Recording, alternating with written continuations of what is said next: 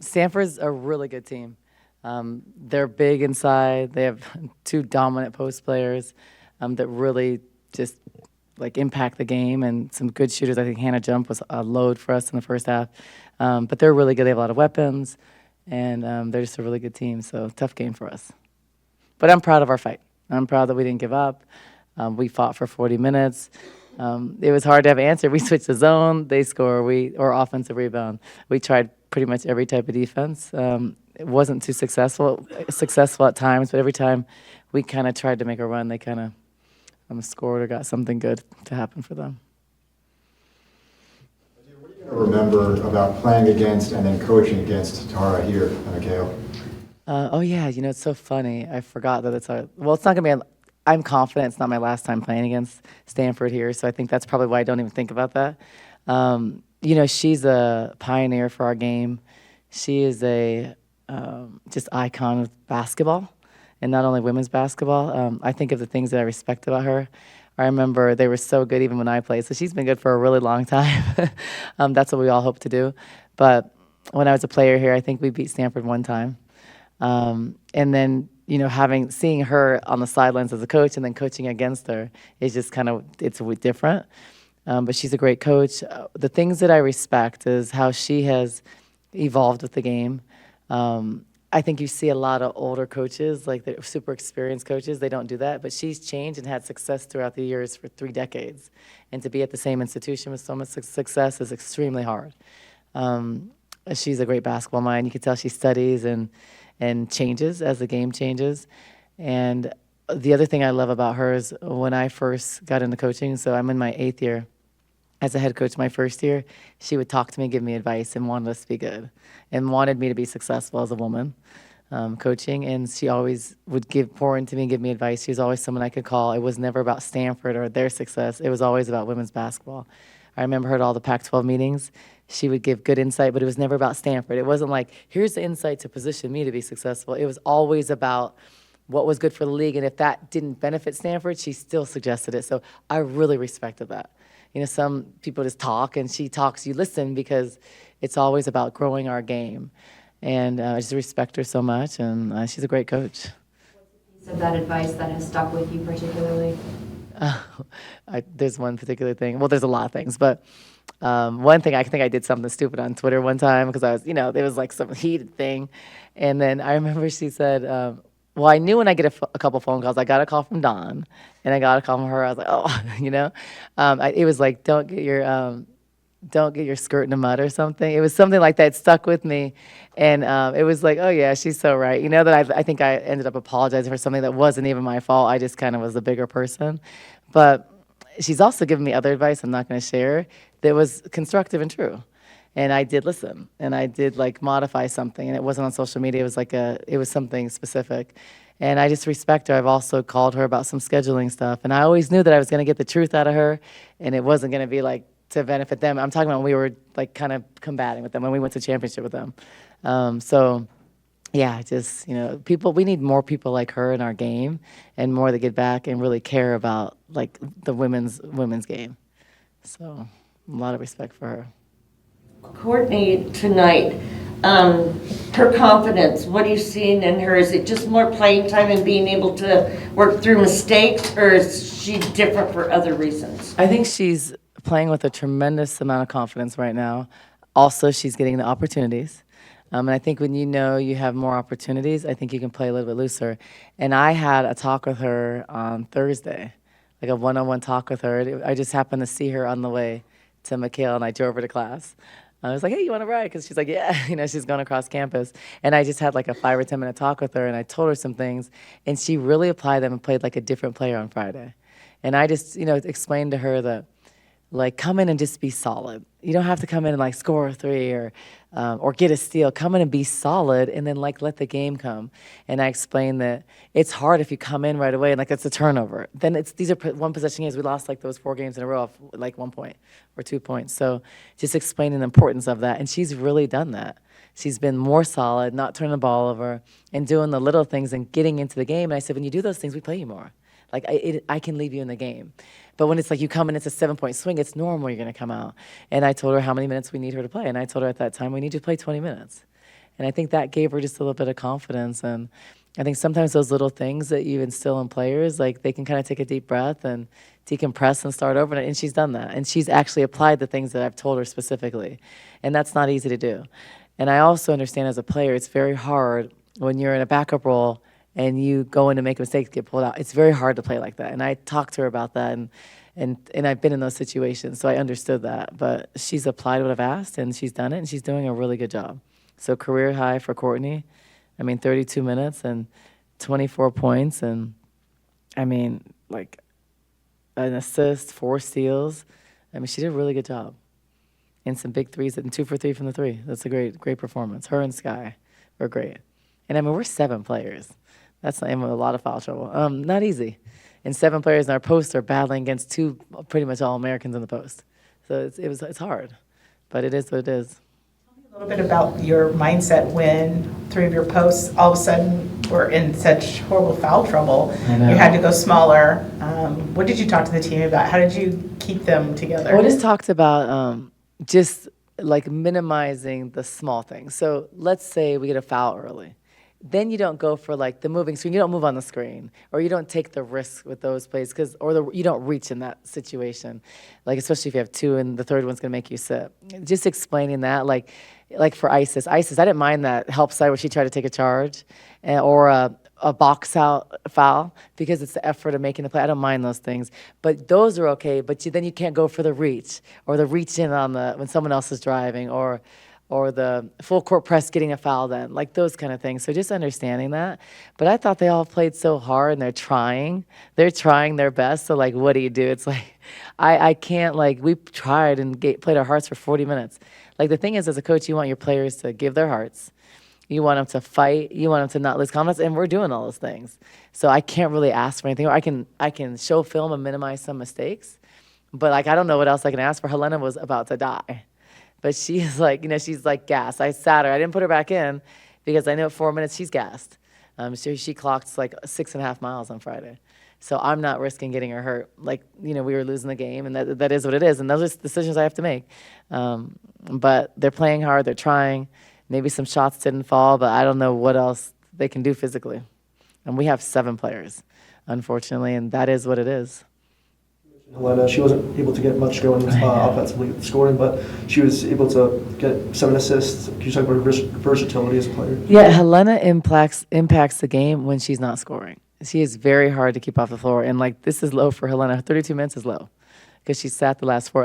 I need her to play 38, 39 minutes, but like I saw her super fatigued, and so I did not because I'm not gonna. For me, I'd rather lose the game than risk an injury. That's, to be honest, even if it was a closer game. If I see, she's diabetic too. So if I see the look in her eyes, she looks a little low, I'm taking her out. And if that means we lose, we lose. I'm more concerned about her health. And that's just where we're at. And it's not the national championship.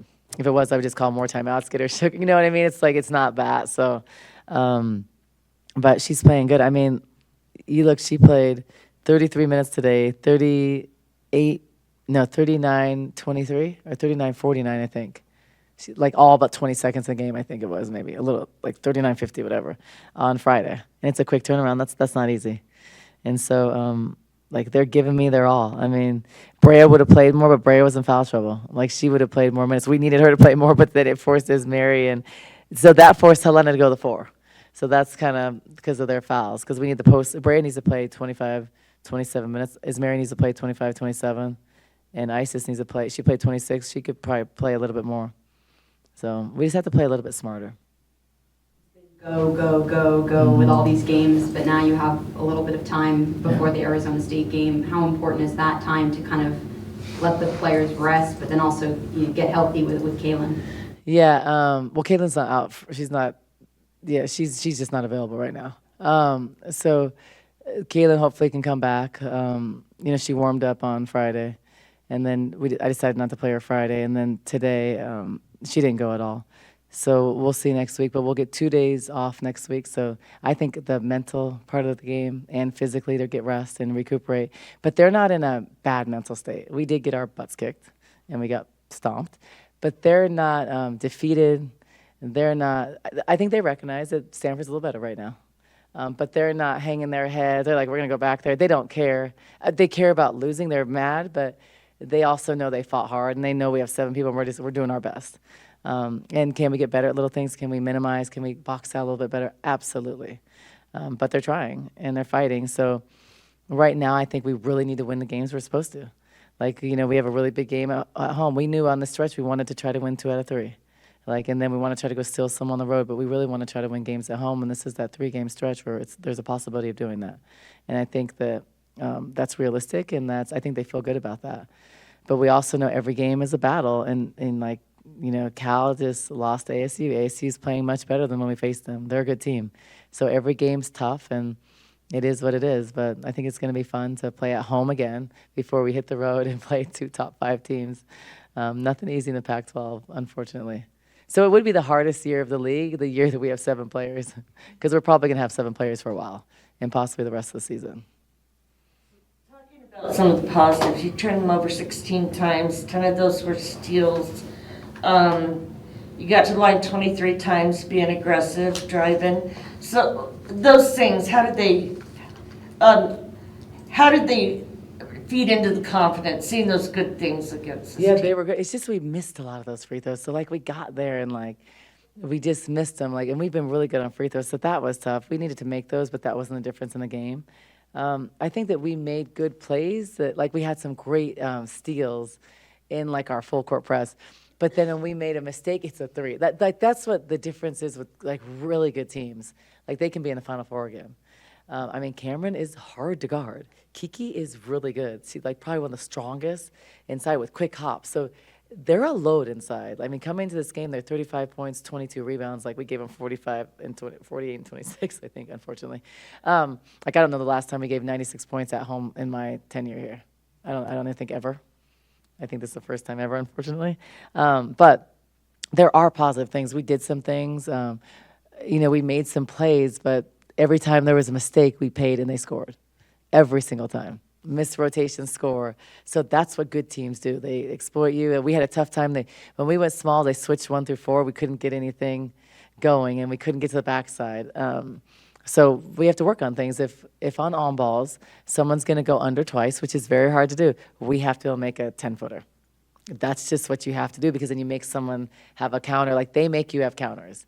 If you go under on them, they're going to shoot behind the screen. If you go over, they're going to cut for layups, and then it makes our post player help, and it gives them easy catches at the elbow. So they make you pay in the counters, so we have to get better to do that. And that's when we are a top 5 team, that's what we do. We make people really adjust to our stuff.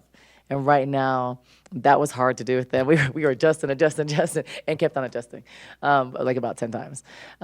In the good teams, they adjust to your adjusting and score. So then you got to readjust, and that's what good coaches do. And Tara's a phenomenal coach. He's won 1,100 more games than me, unfortunately, but which is a lot. But it's just the process. And what this does is, our freshmen are learning. They're playing and seeing what a top 5 team is. They see. We almost beat a top 5 team in Colorado, and then we beat one. So they're getting these things where it pays off the next year. This happened 3 years ago before the national championship. We lost all the close games. We weren't great, but then the next year we won those games. So I'm hoping the progress is next year we win those. But I know our team is united.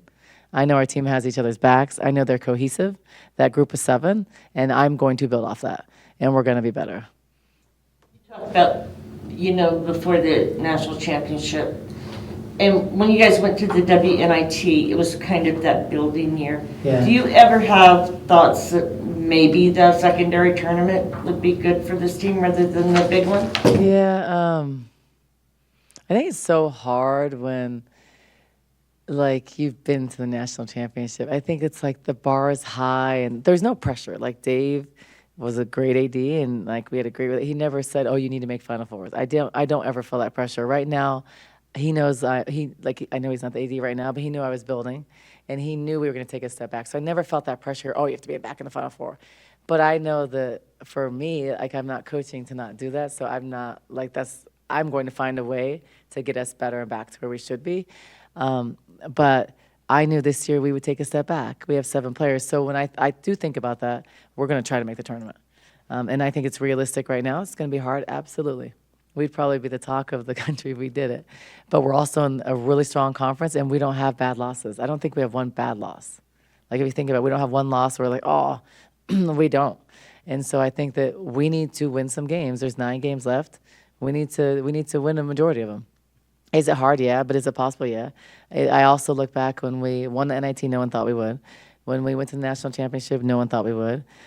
We weren't even chosen at all. We weren't even in the talk. And then at Washington, when we went to the Final Four, we were finished 5th in the Pac-12, and the Pac-12 wasn't nearly what it is today.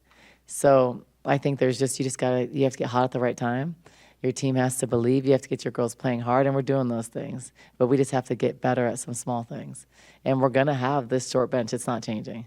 I don't think we're going to find like 5 stud players where I can add. There could be. I might have open tryouts too, but I don't think that that's the answer right now. I think we just go with who we have, and I love this team, and I love this group, and I love what they're doing and how they are believing. And so I just have to build off that and figure out ways for us to try to get wins. So.